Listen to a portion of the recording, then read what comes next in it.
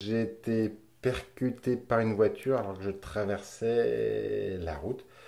Euh, bon, oui, j'ai morflé, oui, euh, j'ai, je suis tombé dans le coma, j'ai été téléporté. Je vous passe tous les détails parce que la liste serait trop longue. Euh, et je me suis réveillé. J'admets que le corps médical m'a retenu par un cheveu. J'ai plus beaucoup de cheveux sur la tête, mais ils ont trouvé le bon cheveu résistant pour me ramener à la vie et pour pouvoir aujourd'hui euh, parler avec vous, enfin être présent. Voilà. Je suis triste de ce que je suis aujourd'hui. Euh, Avant, je pense que j'étais quelqu'un de battant, de dynamique, et puis j'avais toujours le cerveau qui tournait. Bon, le cerveau a une grosse fissure, c'est en train de se réparer, et je vais beaucoup moins vite, je réfléchis plus, je suis moins percutant, et puis mon côté sportif, ben, il est mis de côté pour l'instant, parce que je peux pas, j'ai pas, je suis en train de me refaire. Je fais de la rééducation quotidiennement, je fais chez le kiné tous les jours.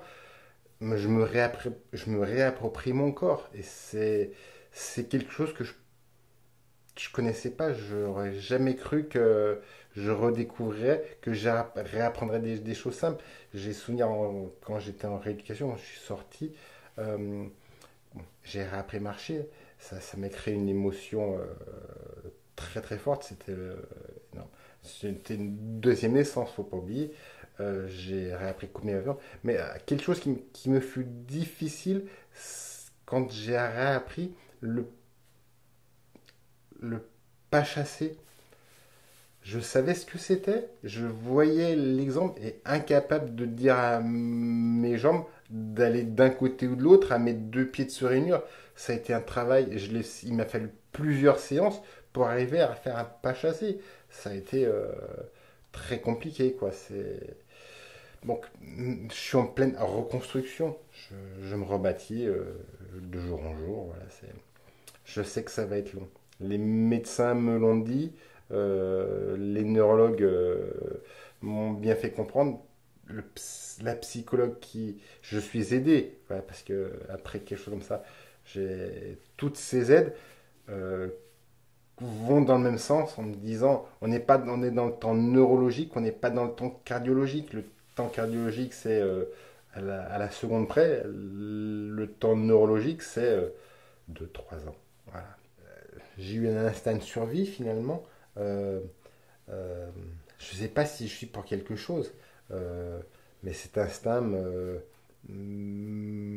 motive, euh, me demande aujourd'hui de faire les efforts nécessaires pour progresser. Ça, c'est clair. Mon instinct me dit que j'espère que je ne serai pas dans le même état dans 2 ans. J'espère. J'espère continuer à m'améliorer. Je ne serai pas le même homme, ça j'en ai bien conscience. Je vais sûrement être différent. Donc, voilà. Cette différence-là, comment tu la vis? Aujourd'hui, je ne l'ai pas accepté. Ou si, je l'ai accepté. Enfin, euh, comme, euh, il y a eu plusieurs étapes. Ouais, il y a eu un travail de compréhension et un travail d'acceptation. J'ai compris que je n'allais pas être le même. Je crois que j'ai accepté tout récemment. Mais entre la compréhension et l'acceptation, c'est long. Et puis après, ben, quand on accepte, je pense que le fait d'avoir accepté, je vais œuvrer pour essayer de devenir bon, bien. Enfin, euh, oui, voilà, je sais pas comment, je suis un peu à court de vocabulaire là-dessus, mais euh, une bonne image pour mes enfants. Voilà. Alors aujourd'hui, il est clair que euh, vivre, c'est passionnant. J'aurais tendance à dire, ren- recentrons-nous sur l'essentiel.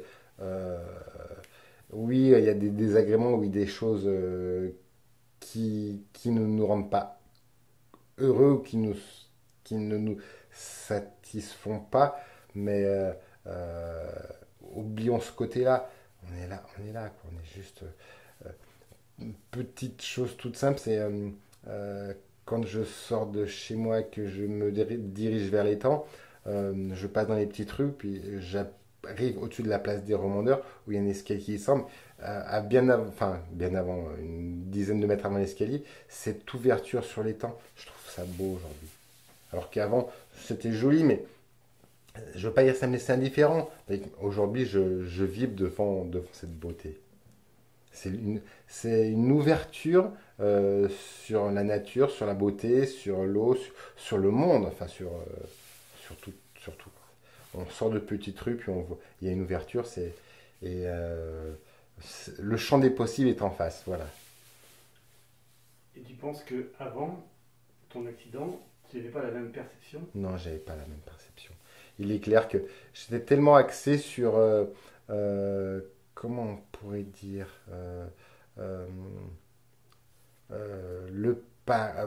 peut-être pas le paraître, mais des objectifs constants. Il faut faire, il faut plaire, il est important de réaliser.